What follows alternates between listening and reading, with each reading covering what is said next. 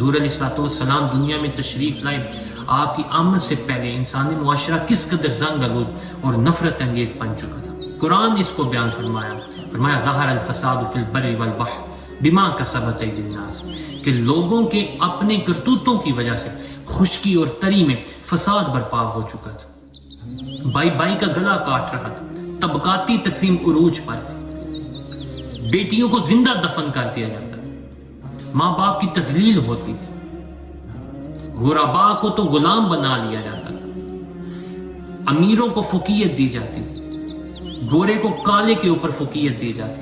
حضور علیہ الصلوۃ والسلام دنیا میں تشریف لائے، فرمایا خبردار الجنت تحت اقدام الامہات، فرمایا جنت ماؤں کے قدموں تک ہے، فرمایا باپ کی رضا میں رب کی رضا ہے، فلا تقل لہما اف ولا تنہرہما وقل لہما قولا کریما، فرمایا اپنے والدین کو اف تک نہ، ان کے ساتھ اچھے طریقے سے پیش ہو، اور ہمیں سکھایا رب ارحمہما کما ربیانی صغیرا، یہ دعائیں مانگو اپنے والدین کے لیے۔ بیٹیوں کے بارے میں کیا فرمایا جس نے اپنی اولاد اپنی بیٹیوں کی اچھے طریقے سے پرورش کی، فرمایا کل بروز قیامت اس کا ٹھکانہ جنت ہے، فرمایا 500 سال قبل غریب جنت میں جائیں گے، عمرا ویٹنگ لسٹ میں ہوں گے، غریب 500 سال قبل جنت میں جائیں گے، اور کسی کے اوپر کوئی فوقیت نہیں سوائے تقویٰ کے اوپر۔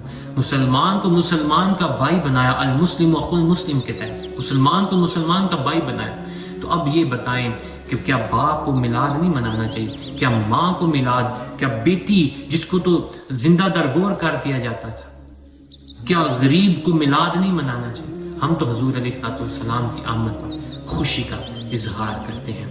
یہ کس کی آمد ہے؟